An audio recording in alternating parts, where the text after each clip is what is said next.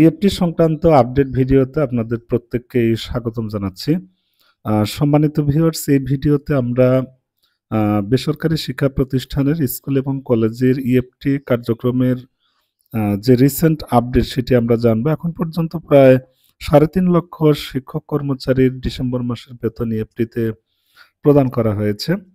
এ পর্যন্ত মোট ৪টি লটে এ কার্যক্রম সম্পন্ন হয়েছে এবং অবশিষ্ট কাজ সম্পন্ন করার জন্য এ কার্যক্রম চলমান রয়েছে। যাদের তথ্য সঠিক ছিল মোটামুটি তারা প্রথম লটে ইএফটিতে বেতন কিন্তু পেয়েছেন। এছাড়া যে সকল শিক্ষক কর্মচারীগুলি নিজের নাম, এমপিও এবং এনআইডির খুবই সামান্য ডট এবং স্পেস প্রবলেম ছিল তারা দ্বিতীয় লটে ইএফটির মাধ্যমে বেতন পেয়েছেন। এবং যাদের এমপিও, এনআইডি এবং ব্যাংক অ্যাকাউন্টের নাম প্রায় ৮০% মিল পাওয়া গেছে, তাদেরকে মূলত তৃতীয় লটে ইএফটির মাধ্যমে অর্থ দেওয়া হয়েছে। এছাড়াও চতুর্থ লটের মাধ্যমে শিক্ষক কর্মচারীদের যাদের নাম এবং জন্মসাল, দিন তারিখ বাদে যাদের সঠিকতা যাচাই করেও আরও কিছু তথ্য পাওয়া গেছে, সো তাদেরকেও কিন্তু দেওয়া হয়েছে। এখন পর্যন্ত যারা বেতন ভাতার অর্থ পেয়েছেন তাদের অধিকাংশের যারা পাননি তাদের জন্ম তারিখ, এনআইডি গরমিল রয়েছে, যা সংশোধন করা অত্যন্ত জরুরি। এছাড়া আপাতত নামের ভুল এবং জন্ম তারিখ ভুল থাকা সত্ত্বেও যাদের অর্থ ছাড় দেওয়া হয়েছে অদূর ভবিষ্যতে কিন্তু দেওয়া হবে না, সো তথ্য সংশোধন করে নেওয়া জরুরি। যেহেতু শিক্ষা সনদ আমাদের সংক্রান্ত তথ্যাদির উপর ভিত্তি করি, তাই সকলের উচিত সনদকে ভিত্তি করে রাখা, যেখানে সনদ সংশোধন করা দরকার সেটি সংশোধন করে ফেলা। এমত অবস্থায় জাতীয় পত্রের ভুল সংশোধন হলে কমিশনে যোগাযোগ করা যেতে পারে, নির্বাচন কমিশনে, এবং অনলাইনেও আবেদন করে কিন্তু সেটি সংশোধন করা যায়।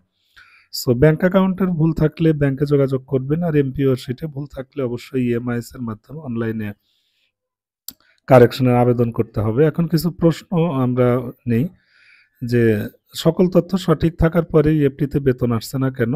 যে প্রথম দিকে ডট বা স্পেস থাকা বা না থাকা আপনারা অনেকেই তেমন সমস্যা মনে করতেন না। আসলে এটি একটি তথ্যের গরমিল। তো যাই হোক, তারপরেও বেতন দেওয়া হয়েছে। এখন সকল তথ্য সঠিক দেখতে পাচ্ছেন, তবুও আপনার ইএফটি আসছে না কেন?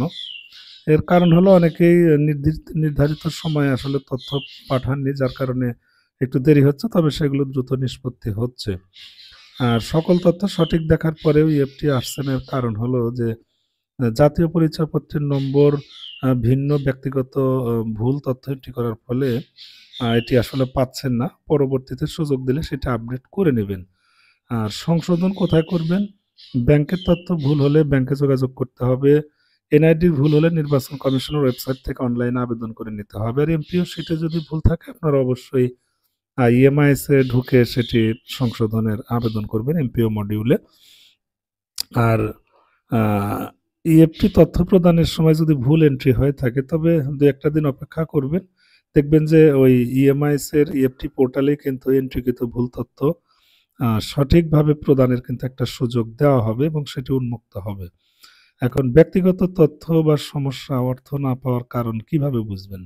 এখন পর্যন্ত খুবই সম্ভাবনা রয়েছে ইএমআইএস এর যেখানে আপনারা তথ্য প্রদান করেছেন সেখানে স্ট্যাটাস আপনারা দেখতে পাবেন, যেমনটা মাওসি, আইবাস দেখাচ্ছে, সেখানে কিন্তু এই অপশনগুলো চলে আসবে।